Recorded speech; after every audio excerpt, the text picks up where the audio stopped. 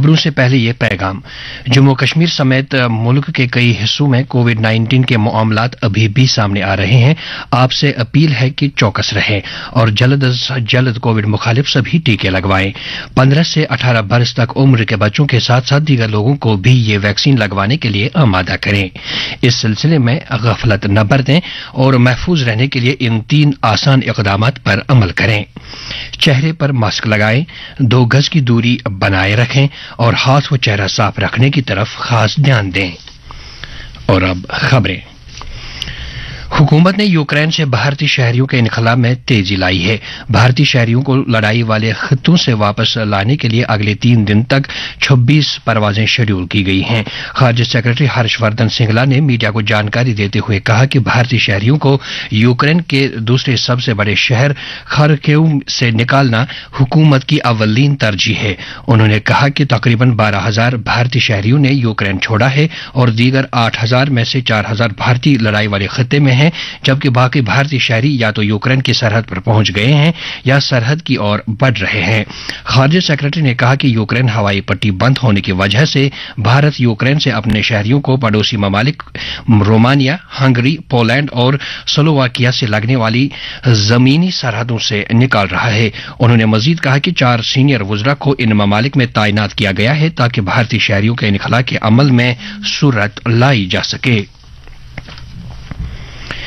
Ukraine में Kharkiv में कल गोलाबारी में एक भारतीय तालिब इल्म की मौत हुई। वजारत खारजा ने ट्वीट पैगामात के जरिए मुतासिरा कुंबे से गहरी ताज़ियत का इजहार करते हुए कहा है कि वो मज़कूरा तालिब इल्म के कुंबे के साथ राब्ता कायम किए हुए हैं। वजारत ने यह जानकारी भी दी है कि खारजा सेक्रेटरी ने रूस और यूक्रेन के सफीरों से बात की है ताकि भारत के उन शहरियों को फौरी तौर पर महफूज रास्ता फराहम करने के मुतालबे पर जोर दिया जा सके जो अब भी खार्किव और लड़ाई वाले दीगर खित्तों के शहरों में फंसे हुए हैं। रूस और यूक्रेन में भारतीय सफीर भी इसी तरह से बातचीत कर रहे हैं।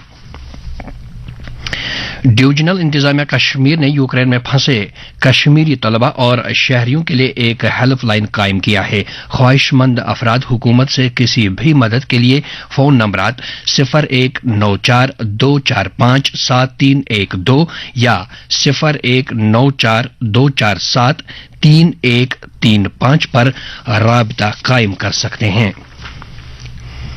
वज़ीर-ए-आज़म नरेंद्र मोदी आज टेक्नोलॉजी की बदौलत तरक्की से मुताल्लिक बजट के बाद के वेबिनार से खिताब करेंगे। ये वेबिनार मरकज की तरफ से मुनअक़िद किए जाने वाले उन वेबिनार्स का हिस्सा है जो मुख्तलिफ शोबों में इस साल के मरकजी बजट में किए गए ऐलानात की अमल आवरी आसान बनाते हैं। लेफ्टिनेंट गवर्नर मनोज सिन्हा ने अपने हालिया माहाना रेडियो प्रोग्राम अवाम की आवाज में दिही अवाम में माली ख्वानगी के हवाले से उड़ी के रिहायशी मोहम्मद इकबाल बढ़ाना की तजावीज़ की सराहना करते हुए कहा है कि लोगों के जरिए वसाइल की मौसर इंतजाम में माली ख्वानगी अहम है। LG ने यकीन दिलाया है कि हुकूमत इस तरह के बड़े पैमाने पर बेदारी प्रोग्रामों के लिए पुरअज़्म है और तमाम लोगों को इसके फवाइद से आगाह करने की राह पर गामजन है। वाज़ेह रहे, मोहम्मद इकबाल ने तजवीज़ किया है कि इंसानों की तरक्की के लिए वसाइल के बेहतर इंतजाम की खातिर निचली सतह पर हर किस्म के इल्म बिलखुसूस मालियाती मालूमात की जरूरत है।